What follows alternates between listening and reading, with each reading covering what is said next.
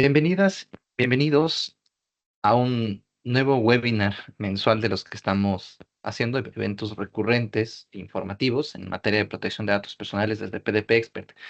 En esta ocasión vamos a tener una especie de segunda parte de un tema que hace más o menos un mes tal vez o un par de semanas lo abordamos, que es la cuestión del uso del biométrico para el registro de asistencia.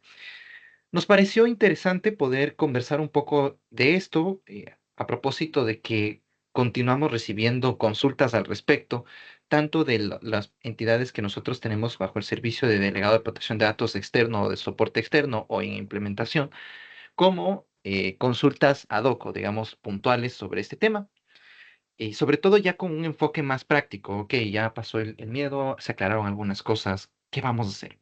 Y por eso es que hemos querido abordar este tema ya con un enfoque de cómo vamos a hacer esa transición, cómo nosotros hemos estado planteándolo y analizándolo, inclusive desde el punto de vista del delegado de protección de datos. Para esta ocasión, estaré acompañándoles yo, Pablo Arteaga, que hago parte de PDP Expert, que es esta consultora especializada en protección de datos personales. Nosotros tenemos capacidades regionales, un equipo multidisciplinario y estamos especializados en protección de datos. Tenemos clientes atendiendo sus necesidades en materia de protección de datos en Ecuador, en Colombia, en Chile, en Perú, en México y también en Costa Rica. Yo actualmente estoy basado en Chile, de hecho. Dentro de poco estaré en Ecuador, muy contento de estar por allá.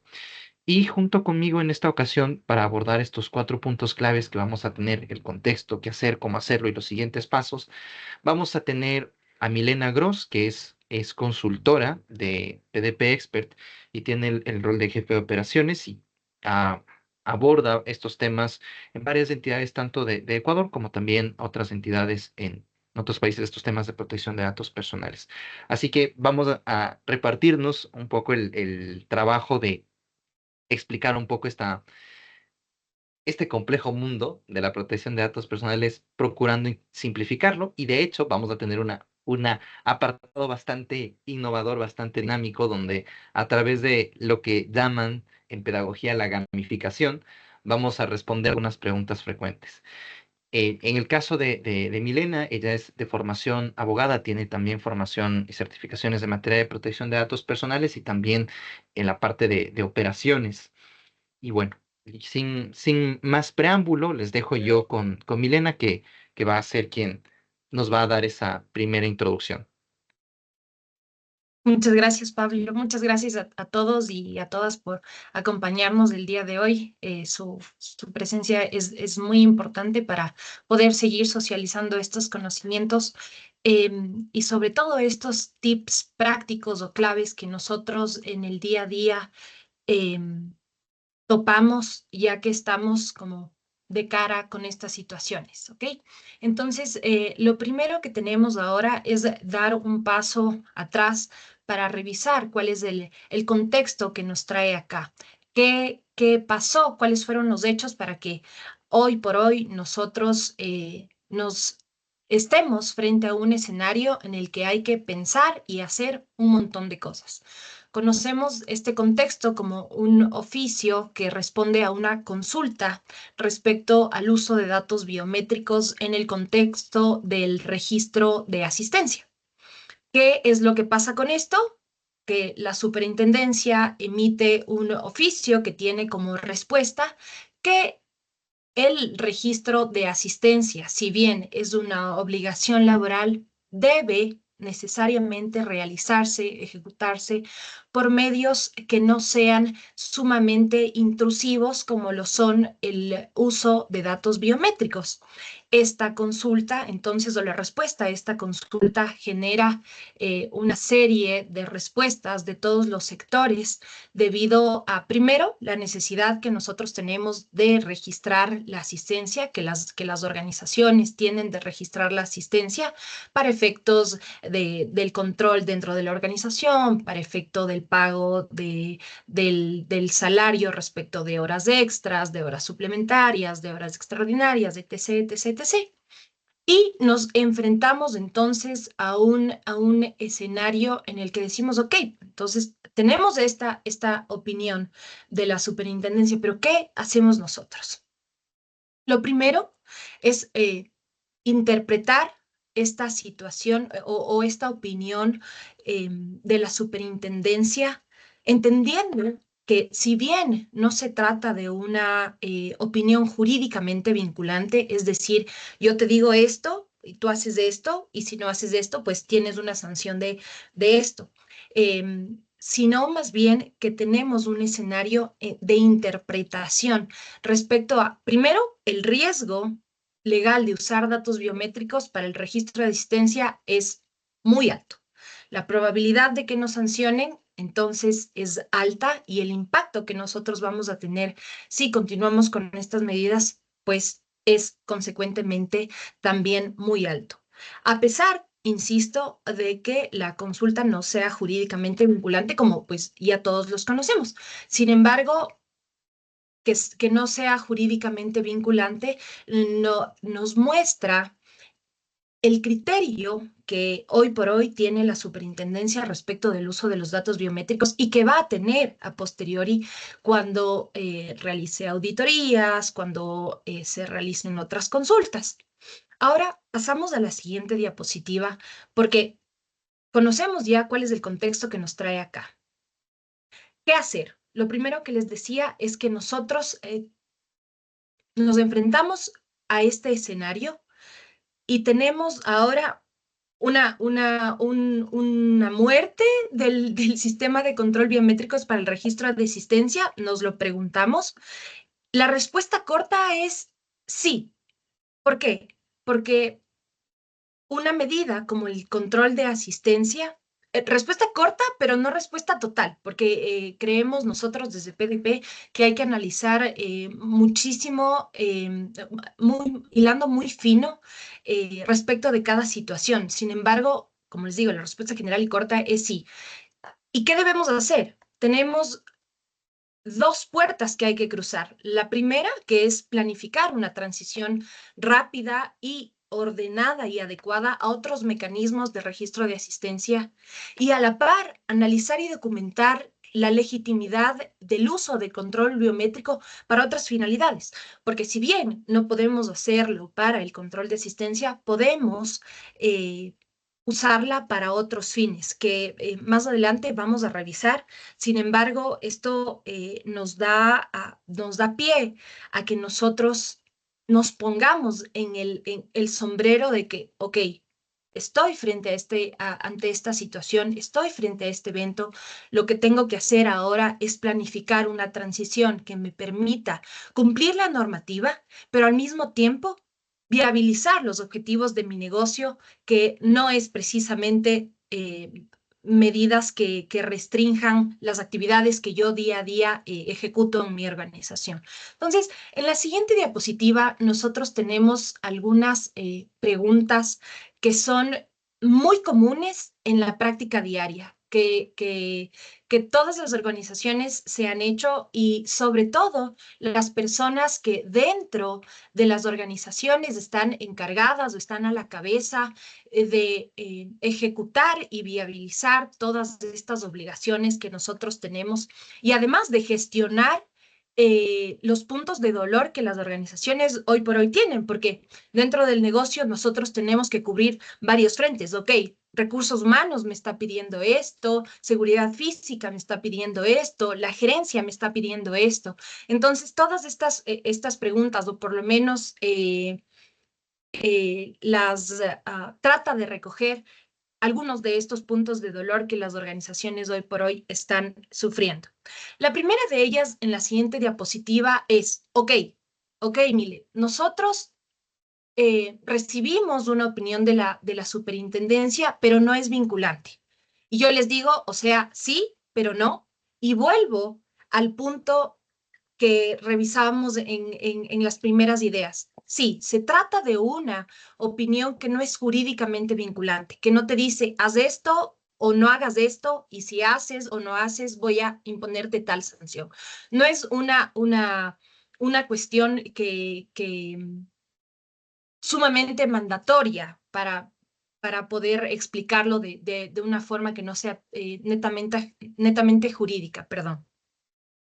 Pero sí, como habíamos conversado ya con Pablo, es una opinión que nos dice qué va a hacer la superintendencia en casos futuros y en el caso de que auditen a nuestra organización, pues cuál va a ser el camino o la tendencia que va a tomar la superintendencia. Entonces, la respuesta es, o sea, sí, no es vinculante, pero ten en cuenta que así es como puede pronunciarse o cómo puede interpretarse eh, después la superintendencia.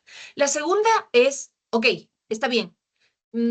Si el trabajador firma voluntariamente el consentimiento, o sea, realmente él quiere que se realice el control de asistencia por medio del uso de datos biométricos, sí, lo quiere hacer. Sin embargo, hay que recordar que para que se pueda configurar el consentimiento es básicamente como un rompecabezas, que si no tiene una parte, entonces no puede estar armado. Esa partecita que hace que el consentimiento esté armado, que el rompecabezas del consentimiento esté armado, es precisamente que sea libre. ¿Y por qué no es libre? Dicen, nos preguntan, ¿por qué no es libre si es que el trabajador está firmando sin ningún tipo de coacción? Yo no le estoy apuntando a la cabeza con una pistola para que firme, ok, pero dentro de la relación del trabajador y el empleador existe una relación asimétrica de poder. Eso hace entonces que exista, de acuerdo con la opinión de la superintendencia, un temor, es decir, no tengo más opción que aceptar lo que tú me estás dando. ¿Por qué? Porque si es que yo no cedo a esto, entonces puedo perder mi trabajo, entonces me vas a votar, entonces me vas a reemplazar. Por eso es que en definitiva y en palabras cortas, entonces no se puede configurar esta partecita del rompecabezas que hace que efectivamente se arme y se configure un consentimiento que es realmente libre.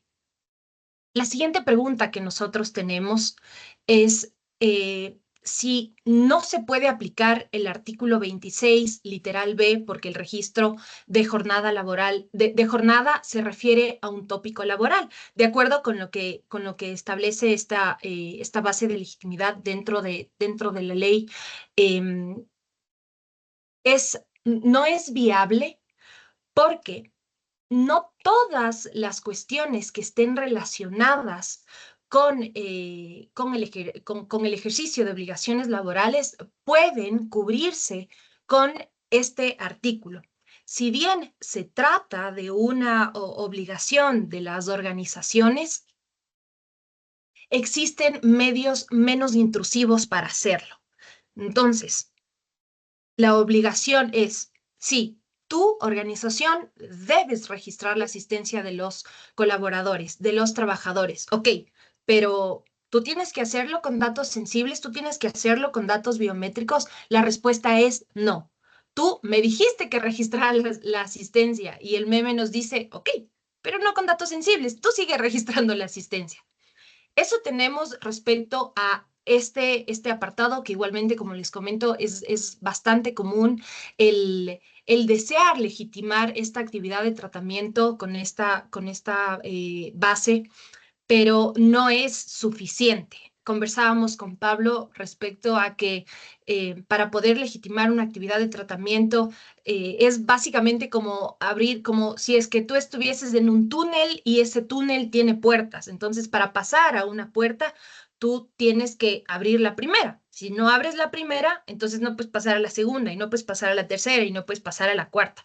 Básicamente es así como funciona esto. Como nosotros tenemos, no podemos legitimar esta actividad de tratamiento porque no tenemos una base, entonces no podemos pasar a la segunda puerta. Tenemos cerrada la primera puerta y por ende todo este túnel que tiene varias puertas quedan cerradas. La siguiente pregunta es, ¿y si ya lo tenemos implementado? Ok, nosotros hemos hecho una inversión muy grande para poder implementar sistemas biométricos en nuestra organización. La primera respuesta, aquí hay dos caminos. El primer camino es migrar, como se mostraba en la primera diapositiva, migrar a una solución que no utilice datos biométricos a la par que se analizan las necesidades del negocio. Perfecto. Nosotros teníamos el sistema biométrico, vamos a dejarlo a un lado y vamos a utilizar tarjetas de proximidad, por ejemplo. Y el segundo camino que tenemos es asumir el riesgo. Para asumir el riesgo, nosotros recomendamos que exista en escenarios en los que efectivamente se les proporcione a los trabajadores más alternativas, además de la del registro biométrico, la del uso de datos biométricos, y que se haga una evaluación de impacto. Además que ojalá y podamos prender una velita para que no nos auditen y eso haría parte de nuestro kit de asumir el riesgo. Sin embargo, es eso, es decidir que dentro de, de nuestro apetito de riesgo es algo que nosotros no vamos a eliminar, no vamos a mitigar, no vamos a transferir, lo vamos a asumir. Y asumir blindándonos de evaluaciones de impacto y de medidas técnicas y organizativas que puedan efectivamente asegurar que no solo sea eficiente y seguro para la organización, sino para los titulares de los datos, porque se piensa mucho y se ha dicho mucho respecto a de que eso golpea fuertemente a las empresas en términos de dinero, en términos económicos, que es cierto, pero hay que recordar que sobre todo el derecho a la protección de datos su espíritu es los titulares de los datos, es decir, las personas. En las siguientes preguntas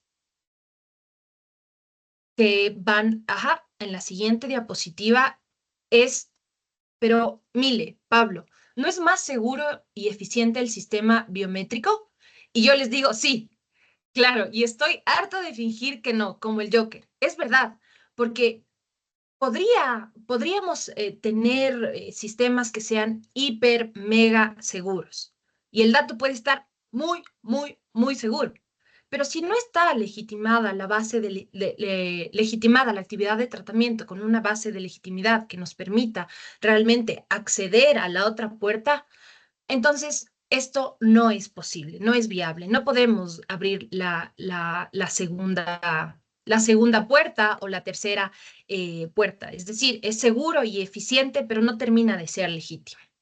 Y la última pregunta es si los datos, nos dicen, y si los datos biométricos no se almacenan en la solución, nosotros creemos que igualmente esta es una pregunta que puede, de la que puede hilarse muy, muy, muy fino y que tiene varios matices y varias aristas. Sin embargo, la respuesta como corta o la respuesta un poco más concreta, quizás para ser más generales, más que concretos, un poco más generales, es que igual hay un tratamiento de datos. ¿Por qué? Porque se piensa que solo el uso es una operación de tratamiento, como, ok, pero si yo pongo mi dedo en el sistema biométrico y no se guardan, entonces, ¿qué tiene de malo? No se están guardando. Hay que tener en cuenta que cualquier actividad de tratamiento es cualquier actividad sobre datos personales se constituye como una operación. Entonces, sea el uso, sea la recolección, sea el almacenamiento, el cotejamiento, la conservación, son operaciones que se realizan sobre los datos, a pesar de que no se almacenen, a pesar de que no se guarden, a pesar de que no se conserven. Entonces, este es como el punto central de estas preguntas que nosotros en el día a día tenemos y que creemos que son sumamente importantes para poder partir desde un punto, porque frente a un escenario como el que tenemos, hay que partir de los básicos y a partir de ello, pues podemos analizar ya actividades bastante más concretas y específicas que nos permitan un plan. Y de este plan les va a hablar, perdón, Pablo. Así que te cedo el piso.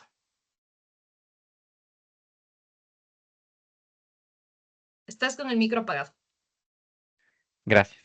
Sí, muchas gracias, Mile. Bueno, en relación a esta visión que ya es algo más práctica de cómo hacerlo, siempre hay que partir de un marco conceptual. Siempre hay básicamente dos preguntas que uno se hace en materia de protección de datos, que tengo que hacer a nivel de toda la organización y si estoy manejando o no adecuadamente y protegiendo los datos personales. Son esas dos cosas. Casi todas las preguntas en materia práctica de protección de datos personales se reducen a cualquiera de esos dos botecitos. Y si uno los categoriza así, uno puede tener pasos ordenados para poder estudiar estas circunstancias y para poder darles una respuesta óptima. Nosotros a cada una de ellas les abordamos con un marco metodológico propio y quisiéramos compartirles justamente cómo vamos a simplificando esos 41 requisitos que tiene para nosotros el saber si estamos manejando o no adecuadamente los requisitos de protección de datos en actividades de tratamiento.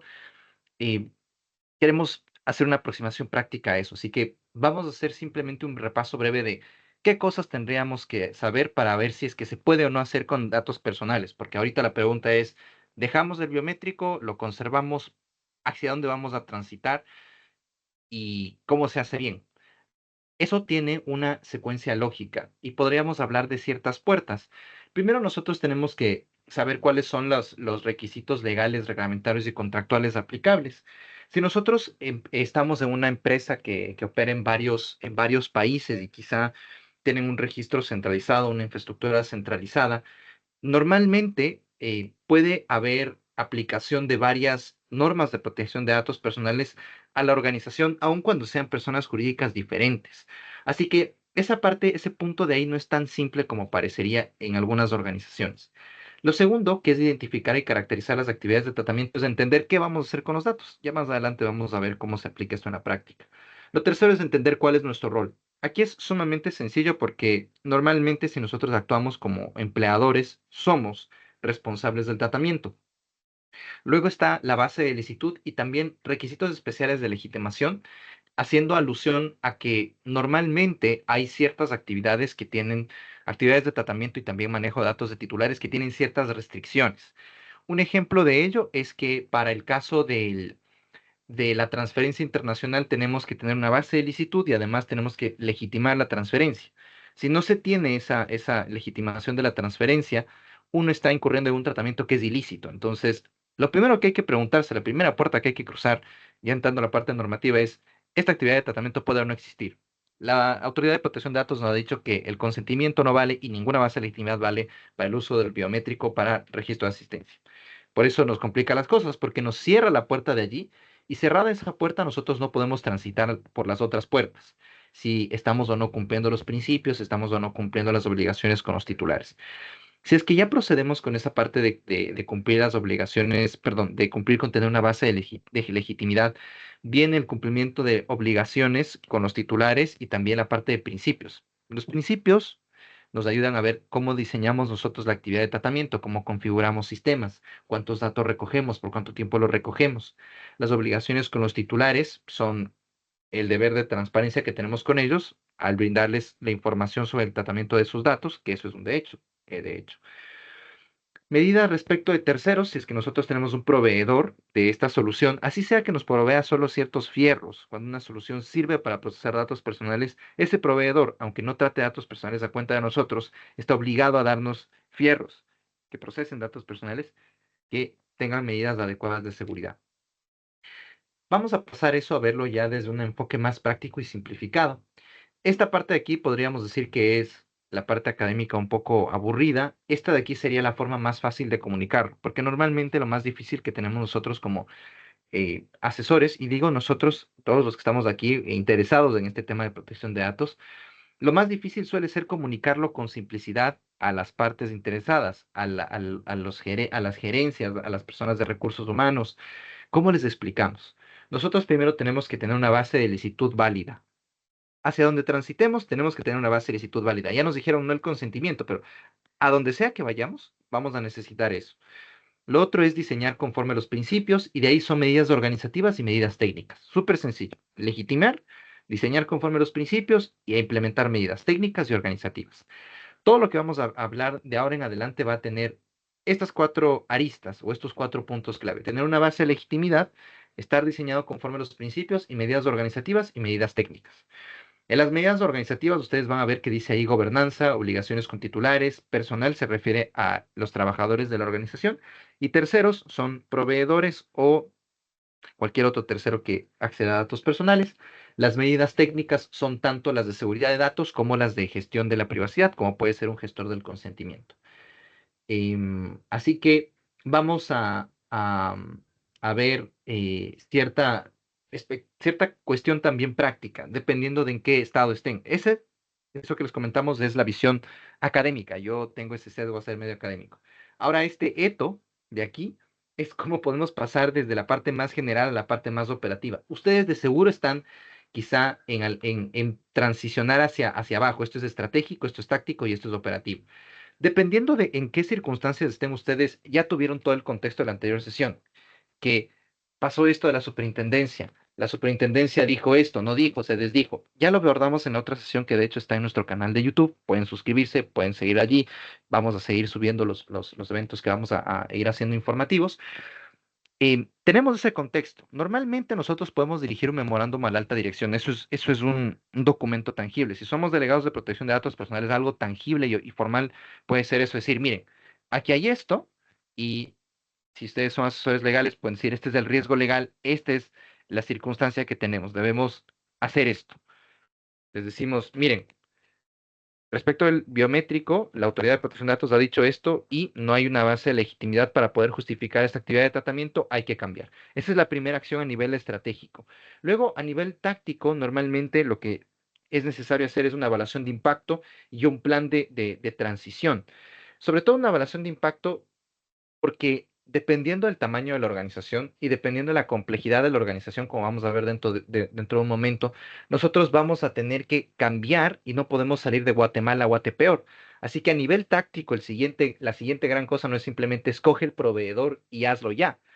Es usando la jerga de protección de datos personales, iniciar una nueva actividad de tratamiento que puede ser, si se cumplen ciertos requisitos de alto riesgo, y aunque no se cumplan esos requisitos, es recomendable que nosotros como buena práctica hagamos una evaluación de impacto. Entonces, lo primero sería un memorándum informarles, vean, formalmente, aquí está, les podemos mandar un link al sitio de la superintendencia para que vean que ahí está publicada la consulta. Podríamos comentarles también que el Ministerio del Trabajo, en una consulta que tampoco es vinculante, dijo igualmente, no es obligatorio el biométrico, cada uno, como diríamos en Ecuador de manera coloquial, podemos o no usarlo, pero hay que cumplir el ordenamiento jurídico. O sea, nos dice, vean, la ley no dice que ustedes tienen que usar biométrico. La ley te dice registra la asistencia. El segundo paso que nosotros tenemos es ya literalmente iniciar un plan que es un proyecto y lo tendremos que gestionar como un proyecto y como parte de un requisito de protección de datos de ese proyecto es hacer una evaluación de impacto que no es simplemente un informe, es de hecho un proceso. Así que hay que tener en cuenta que es una evaluación de riesgo de tardar. Y luego está la implementación, que ya es el despliegue de cómo vamos a hacer esa transición. Esto hay que hacerlo de la manera más rápida posible porque esto compromete muchísimo es muy invasivo respecto a la continuidad de las cosas normales que hace la organización, registrar la asistencia. Y está ligado a algo que, como ya vimos en la anterior sesión, tiene un riesgo alto. Así que para ir desde lo estratégico del awareness hacia lo operativo, antes de literalmente empezar a configurar el sistema, hay que pasar por esa parte táctica. Porque si nosotros hacemos esa transición sin haber hecho una evaluación de impacto, sin haber considerado la protección de datos desde el diseño, es sancionable, las dos cosas. Y luego, si es que no escogemos bien la base de legitimidad, es sancionable también esa tercera cosa. Y si no minimizamos los datos que recogemos, es también sancionable esa cuarta cosa. Y así vamos a ir jalando y acumulando problemas. Así que la vía correcta que tenemos que hacer es entender que toda actividad de tratamiento tiene que tener unos ciertos requisitos que se pueden sintetizar en esos cuatro aspectos que vimos y que nosotros, para este caso específico, tenemos que tomar una acción que va desde lo estratégico hasta lo operativo. Normalmente, especialmente los perfiles ingenieriles, perdón la expresión, no lo digo con ninguna con ningún afán de despectivo, realmente ellos tienen la ventaja de que son mucho más directos. Ellos ya quieren ir al punto, no quieren el concepto. Es, bueno, ¿y cómo configura el sistema? eh, Se comienza tal vez por esa parte concreta y muy operativa, pero hay que cuidar en alinear todas esas cosas para poder hacer que ese despliegue sea no solamente efectivo, sino también legítimo. Así que los siguientes pasos de todo lo que nosotros deberíamos hacer a nivel práctico pueden estar en estos tres puntos. Primero, tenemos que saber para qué actualmente usamos la biometría. Antes de hablar de una transición o legitimación, nosotros tenemos que saber para qué las estamos usando. Y para eso, ustedes deberían tener un registro de actividades de tratamiento y ahí está la finalidad de ese tratamiento, que pueden ser no solamente el control del personal en cuanto a registro de jornada, sino que puede ser también el control de acceso físico. Entonces ahí es un mecanismo de control de acceso físico. Son dos finalidades diferentes. La una es para registrar la parte de jornada laboral y la otra es una finalidad diferente. Esa cuestión es paralela a una práctica que normalmente no está formalizada, pero que es real. Una cosa es el control de la asistencia para registro de obligaciones laborales y la otra es el control del empleado. Generalmente el biométrico y también la videovigilancia son medidas que se prestan para hacer control del empleado invasivo. Así que si yo estoy haciendo el registro horario para saber quién se demora menos en almorzar y en función de eso les doy una consecuencia negativa al personal, siendo que están dentro de su rango normal de legal permitido de tener un tiempo de almuerzo, digamos. Esa actividad de control de empleado excesiva, aunque se haga con una tarjeta sin el biométrico, no es legítima. Así que mucho cuidado con para qué estamos usando actualmente ese control de asistencia. Las finalidades que son permitidas, son finalidades lícitas, es el control de la asistencia y también el control de seguridad física. Normalmente son las dos que sí son legítimas. Las otras, que son un exceso de control, esas están mal con el biométrico. Sin el biométrico no tienen que ver con la tecnología, sino con una finalidad que no es adecuada, no es proporcional, no es lícita, no es legítima en exceso. No estoy diciendo que no se deba controlar a los empleados, simplemente estoy manifestando esta cuestión de aquí. El segundo paso es el control de asistencia en cuanto a la transición y cómo hago si es que lo necesito para esa otra finalidad. Así que veamos esto de acá. Las preguntas clave son lo que yo ya les dije, debe haber hecho clic antes. ¿Solo es para el registro de asistencia? ¿También lo usamos para acceder a otras zonas restringidas? Pongámosle un poco de ají al asunto. Perdón la expresión algo coloquial. Ok, una cosa es, estoy yo en una tienda, bueno, en una tienda sí habría cierta justificación, en una oficina normal donde no hay servidores dentro de esa oficina, bueno, quizá no se necesita un biométrico para acceder a todos los puntos. Tal vez es más fácil, más cómodo, pero no se necesita. Sin embargo, nosotros tenemos en, en nuestro pool de casos prácticos y de clientes, nuestros gente de farma, donde hay medicamentos, muchísimos, eh, y el bodegaje de ese tipo de cosas es crítico. em, Hay armas en seguridad física y también eso no es tan sencillo como quien dice, no, es que tienen que tener previsto los de retail, que normalmente los empleados siempre roban y tienen que tenerlo previsto ellos, así que no pueden usar la biometría porque es desproporcional. ¿Y las armas? Las armas pueden ser candado. Por eso hay que discutir si es efectivo este tipo de control físico. Ahí es donde la cosa se pone un poco gris cuando la seguridad física es también quizás servidores en infraestructura crítica. Es llave, es biometría. Ahí hay algo de picante. Tomemos en cuenta que esta conversación tiene un índole jurídico, pero también tiene un índole de decisión de negocio. Y aquí lo que nosotros queremos es simplemente brindarles los insumos para que vean qué es lo que dice el derecho, y el derecho puede decir muchas cosas si uno quiere hacerlo decir, y qué es darles los insumos para que tomen una decisión de negocio, o al menos ese es el rol de los asesores que tienen un enfoque más de negocio, ¿no? Y obviamente procurar evitar que se transgredan los derechos de las personas. Mapea las finalidades actuales y las finalidades se tienen que analizar por separado. Veamos esta parte de solo control de asistencia y una transición obligatoria. Cosas que ya sabemos es que normalmente en este ámbito es aplicable la Ley Orgánica de Protección de Datos Personales y todo el régimen que se deriva de ella, reglamento, normativa secundaria y también algo de normativa sectorial. Recuerden que la normativa sectorial te impone una finalidad como el registro de asistencia, pero no te impone el medio, que es a través del biométrico. Así que ahí hay que tener cuidado, que no es que el ordenamiento jurídico ecuatoriano te legitima porque te obliga a que hagas el registro de asistencia. Luego tenemos el rol. Si nosotros somos los empleadores, somos responsables del tratamiento, así que eso no está en posición de debate, por eso está puesto allí. La delimitación de la actividad de tratamiento depende mucho de la solución que escojamos.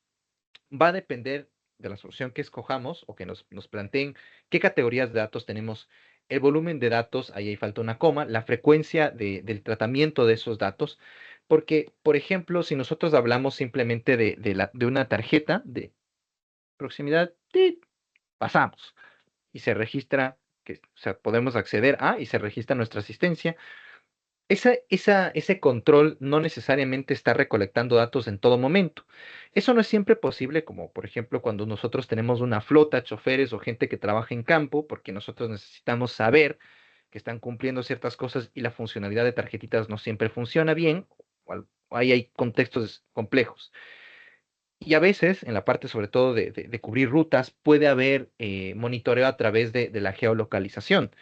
Y ahí nosotros podemos tener una categoría de datos que es la localización, pero también un volumen de datos mayor y una frecuencia mayor, porque se va monitorizando constantemente. Así que la actividad de tratamiento se delimita de una manera diferente. Y otro punto importante considerar, además de que el análisis que hagamos dependerá de la solución a la que más o menos queremos irnos. Ya vamos a ver más adelante justo escenarios de soluciones, soluciones de tecnología me refiero, que la legitimación es la primera puerta. Antes de hablar de, es que esto es segurísimo, la legitimación es la primera puerta. Es súper importante que sea seguro, es sumamente importante, pero primero hay que pasar la parte de legitimación y la parte de cumplimiento que es base de licitud, principios, derechos de los titulares. Se debe equilibrar allí esa conveniencia práctica para el negocio y también bajar la intrusividad. Esas dos cosas hay que mantener en equilibrio. ¿Qué tan intrusivo es con los titulares? Para eso hay que minimizar y hacer proporcional el tratamiento. Dicho eso, tenemos aquí unas opciones, ¿ya? Y aquí lo importante es que no es que, es que este no usa datos biométricos. Esa es la respuesta, más bien, eso es usar un criterio inadecuado. Aquí lo que nosotros hacemos es hacer una transición hacia a modificar la actividad de tratamiento. ¿Por qué modificamos la actividad de tratamiento? Porque estamos persiguiendo la misma finalidad, registro de asistencia, pero modificamos la actividad de tratamiento en qué cosas, en el medio que usamos, cuál es la tecnología que soporta el tratamiento, ya no va a ser un biométrico, ok, volumen de datos, categoría de datos, o sea, cambia la configuración de la actividad de tratamiento. Y que cambie la configuración de la actividad de tratamiento quiere decir que nosotros ya sabemos que la Autoridad de Protección de Datos te dice el don't, no te vayas a meter con datos biométricos para registro de asistencia. Ok. Pero también te dice, ojo con la ley de protección de datos. Y la ley de protección de datos ya dice que no debemos hacer ciertas cosas o que debemos ordenar nuestra conducta de cierta manera. Así que los requisitos de protección de datos en hacer que, por ejemplo, tengamos que tener una evaluación de impacto, que minimicemos el tratamiento, son aplicables. Así que la única pregunta aquí no es simplemente, ¿tenemos o no datos biométricos? Es que este no tiene datos biométricos. Vamos ahí de cabeza y sin casco. Debí haber puesto yo seguir ese ejemplo de los memes. Solo en mi LinkedIn hay memes. Aquí trato de ser un poquito más corporativo. Hoy me cancelaron, de hecho, reagendaron la presentación con directivos y como son del sector banca, alguna vez me hicieron una bromilla un gerente en buen plan, Pablo, la etiqueta, trato de estar con corbata. Un meme, piensen ustedes si son de la cultura de los memes, hay un personaje que es el Rafa, me parece que es el gordito, arrojado por la ventana, así de cabeza y sin casco. No podemos ir de cabeza y sin casco.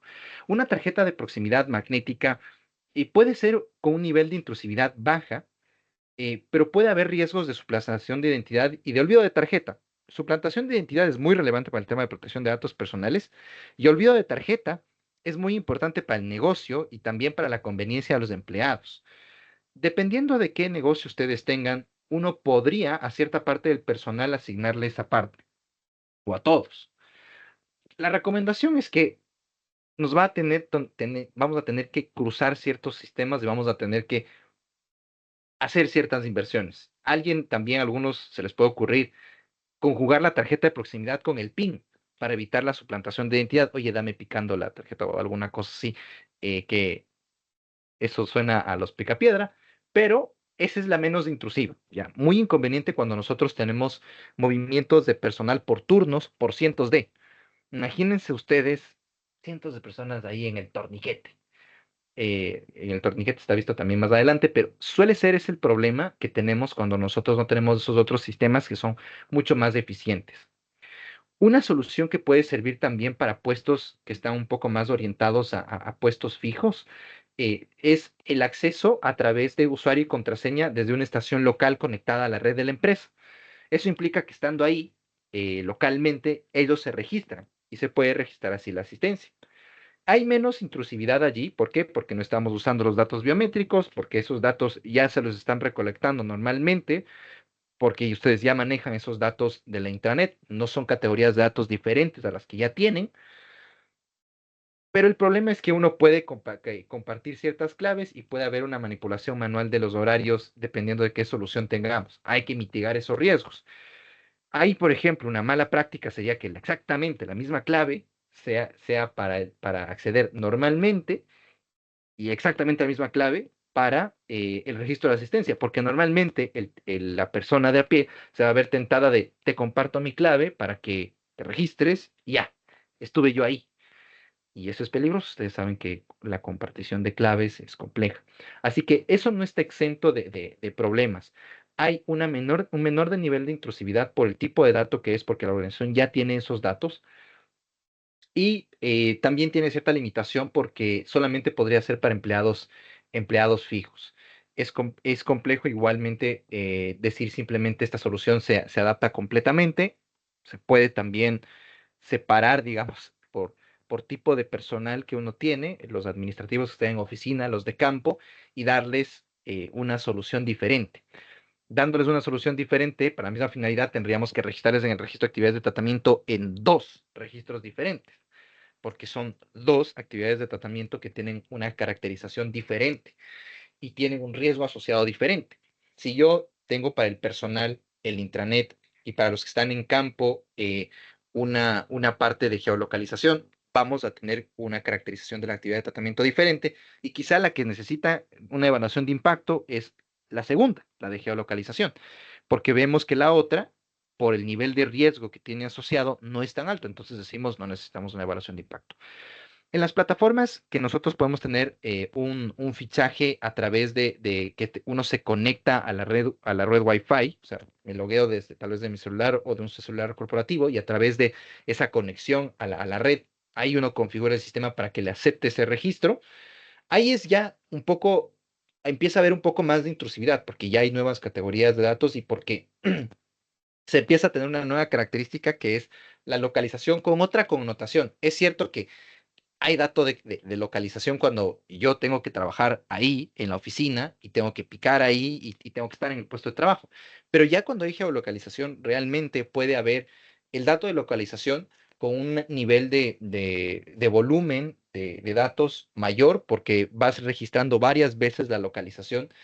Cuando no se tiene, como sucede con el Internet de las Cosas a veces, en productos conectados, que se tiene recogida constante de datos. Piensen ustedes en las redes sociales. Sabemos o decimos que el celular nos escucha. Si yo le digo, quiero volar a España, quiero irme a Madrid, quiero irme a Europa, quiero irme a tal lado, después nos aparece mágicamente, entre comillas, mágicamente, anuncios. Ya, digamos que estamos navegando en el Instagram. El Instagram, el algoritmo, no me detecta mis patrones de navegación si no abro yo la aplicación. No sucede así si yo tengo un wearable, un marcapasos, un marcador que marca mi ritmo cardíaco y está conectado a una app que está monitoreando mi salud constantemente. Ahí hay una diferente cantidad de datos recogidos porque el uno es constante y el otro depende de una acción afirmativa de la persona. Así que en función de la solución que tengamos, la caracterización de la actividad de tratamiento aumenta porque resulta que tú estás haciendo un tratamiento constante de datos que tienen también geolocalización y además quizá con el teléfono de la persona, el personal y no el corporativo, para una finalidad que no requiere eso. Ahí es donde ya empieza a ser necesario el DPIA o la evaluación de impacto en el tratamiento de datos personales, que sí se llama en Ecuador. Ahí es donde también vamos a empezar a tener una transición, porque normalmente las primeras uno puede decir, esto es por obligación laboral, pero ya cuando empieza a haber cierta característica diferente de datos personales, no sensibles, estamos aquí en el artículo 7, podríamos nosotros decir, oye, estos datos de geolocalización no son estrictamente necesarios para el cumplimiento de la relación laboral, pero yo tengo un interés legítimo de hacerlo y nos saltamos del consentimiento. Pero para hacer eso tendríamos que hacer una evaluación de impacto, perdón, una evaluación de interés legítimo. Así que a partir de que empezamos a recolectar más datos, y a cambiar la actividad de tratamiento, empezamos a tener esa mutación de las bases de legitimidad que podríamos invocar. Así que también ahí se nos complejiza un poco la circunstancia. Cuando nosotros tenemos apps que tienen fichajes en dispositivos corporativos, lo ideal es que sean dispositivos corporativos. La realidad es que no todas las organizaciones tienen dispositivos corporativos para todos. Y el descargar una aplicación dentro del celular personal de un empleado tiene sus implicaciones. En Ecuador no sucede tanto no hay una penetración tan fuerte como en otros lados de plataformas que ayudan a tecnologizar la gestión del talento humano. Ahí suele haber funcionalidades de apps y el soporte de muchas funciones de recursos humanos y de gestión de nómina a través de un proveedor que te brinda la solución todo en una sola. Esos podrían darnos ciertas funcionalidades para que a través de la app también se registre la asistencia y ciertas cosas, pero el problema que tenemos ahí es cuando dependemos de un tercero, porque aquí ya empezamos a tener una aplicación de un tercero, siempre. En nosotros, eso puede ser un desarrollo propio, puede ser algo de nosotros, ahí empezamos a tener un tercero. Si ustedes recuerdan las medidas organizativas, uno son respecto a las terceras partes. Entonces vamos a tener un tercero que es el proveedor de la aplicación, pero ese proveedor no tiene los fierros en su casa, me refiero a los servidores. Así que ese encargado del tratamiento, porque normalmente son encargados, va a tener un subencargado. Así que nosotros vamos a tener una aplicación que tiene que ser segura, pero que además nosotros tenemos que saber dónde están esos servidores para tratar de evitar que los datos estén procesados en China. Normalmente no están en China, pero ahí la cosa se empieza a volver más compleja y por eso es que, aunque parezca que no hay tanta intrusividad para el titular de los datos, si modificamos así la actividad de tratamiento, vamos a tener más requisitos de protección de datos personales que cumplir. Por eso es que lo primero que se tiene que hacer es caracterizar a la actividad de tratamiento. Bueno, las planillas de registro digital o físico supervisadas, estas están en la segunda página simplemente porque debí haber puesto yo el meme de los picapiedras ahí. Bueno, no es meme, simplemente la imagen de los picapiedras picando. Confirmas. Ya. Yo estoy seguro que ustedes alguna vez han tenido que hacer, ponga ahí su nombre, el número de cédula y firma. ¿Quién de ustedes pone su firma normalmente o hace una rúbrica, un arroba? Y yo me imagino nóminas de empleados que son de cientos, de miles. ¿Quién se va a estar dedicando de manera recurrente a estar bien? Así la firma del fulanito, el sultanito. Es bien complejo esa parte, o sea, no es muy recomendable la física en gran escala. Y bueno, la parte del torniquete también hay algunos que hacen referencia a soluciones QR. La recomendación, ya más de negocio que otra cosa, es no hay que portarse demasiado creativos a veces con estas soluciones QR, porque si es que cuesta el desarrollo, cuesta la implementación y luego falla, y además tenemos esos hechos de que tenemos turnos masivos, el hecho de no poder tener bien el registro de la salida de un turno masivo nos genera un problema para todos esos titulares de datos que después pueden querer ejercer sus derechos laborales y le comprometan a la organización. ¿Por qué a la organización? Porque ella tiene que tener evidencia de que efectivamente se cumplió el horario laboral y no va a tener. Así que acá el requisito funcional de negocio que tenemos es que se registre bien, no solamente en la parte de protección de datos personales. Ahora, vamos a transicionar. La respuesta ahí es hay que delimitar la actividad de tratamiento, hay que hacer una evaluación de impacto en los casos que son de alto riesgo y también es recomendable hacerlo aunque no sea de alto riesgo. Y si lo necesito para otra finalidad, ya, podría ser viable, pero no exento de riesgos. Hay que justificar. ¿Es realmente posible? Eso nos preguntaron en la comunidad de PDP Latam. No, pero la superintendencia ya dijo que no. La superintendencia dijo que él entiende que la normativa no te legitima el uso de datos biométricos con ninguna de las bases de legitimidad para la finalidad de registro de asistencia. Eso es lo que dijo. Y al decirlo, al ir analizando una por una las bases de legitimidad, ¿por qué no cumple? Ese es el mensaje de fondo, es no puedes legitimar de ninguna manera el uso de datos biométricos para la finalidad específica. Ese es el mensaje. Pero cuando empezó a la superintendencia a disparar todas las bases de legitimidad, a alguien le llegó la bala en la frente. Y ese alguien es el consentimiento libre. Esa era la forma de echarse por encima el consentimiento, diciendo que no es libre. Y en ese proceso es que nos complica un poco el uso del dato biométrico porque en el caso de la relación laboral tiene esa connotación de que podría legitimarse por el consentimiento y nos deja ahí sí en incertidumbre. Porque es cierto, ya superamos la conversación de, es que no es vinculante. Ok, no es vinculante, pero créeme que cuando la superintendencia te audite, no va a opinar de otra manera, a menos que hayan pasado ya algunos años y haya rotado el liderazgo y el personal que está ahí, porque son instituciones regidas por humanos. Entonces puede ser que cambie de opinión en función de las personas o en función de presiones políticas, pero eso no es derecho. El derecho no es vinculante, pero el riesgo, la gestión de riesgo legal nos dice no es prudente porque es un indicador objetivo. Objetivamente nos ha dicho, mira, yo pienso esto. Es un indicador objetivo que dispara nuestro riesgo. Sin embargo, lo dispara en ese paquete. Finalidad del tratamiento, registro de asistencia. Dato personal, dato biométrico. Base de legitimidad. ¿Cuál se puede argumentar? Ninguna. Y la razón por la que no puedes argumentar el consentimiento es porque no es libre. Pero el paquetito de la consulta de la superintendencia es esa es su interpretación respecto de eso. Así que es defendible la expresión, es abogadesca esa. ¿Qué quieres que diga el derecho? Es defendible, porque también es defendible la postura contraria. Es defendible usar los datos biométricos bajo consentimiento para finalidades de seguridad física, sí. ¿Por qué? Porque esta es una opinión de la superintendencia y hay menos riesgo respecto del otro escenario porque la finalidad es diferente. Hay menos riesgo, pero es posible que la superintendencia también le diga que no. Es menos probable porque ahí sí le van a caer encima muchas entidades y van a salir las quejas respecto de escenarios donde realmente el control de acceso físico tiene que ser bien estricto.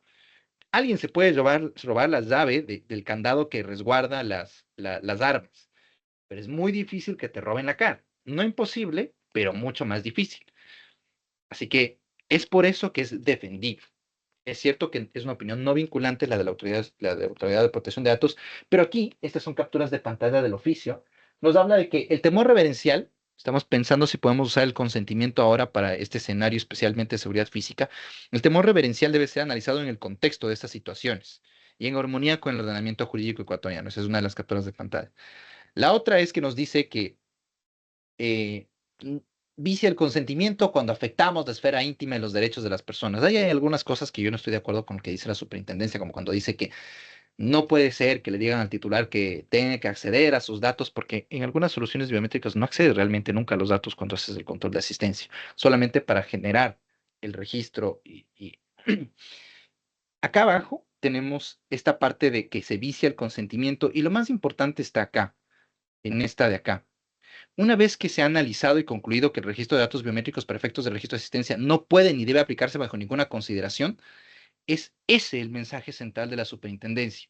Y nos recuerda que bases de licitud y principios, no solamente bases de licitud. Es decir, que aunque tú tengas consentimiento, hay que tener también diseño conforme a los principios. ¿Recuerdan esas tres puertitas los cuatro puertitas que les mostramos nosotros, o más bien cuatro aspectos: legitimación, principios y medidas organizativas y técnicas?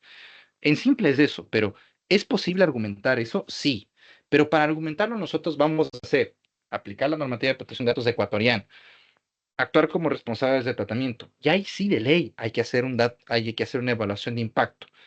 ¿Por qué? Porque son datos sensibles y dependiendo también del volumen serán un tratamiento de datos personales en en gran escala. Gran escala no solamente es millones de titulares, sino la porción del microuniverso de mis empleados. Si son todos los empleados, es gran escala relativa. Pero más allá de eso, ahí sí, de ley, porque lo que estamos haciendo es, vamos nosotros a asumir esta posición y vamos a tratar ese riesgo. O sea, yo asumo esta posición y digo, no voy a eliminar el riesgo. Eliminar el riesgo aquí es, me cambié de sistema, no voy a usar el biométrico, ni siquiera para seguridad física.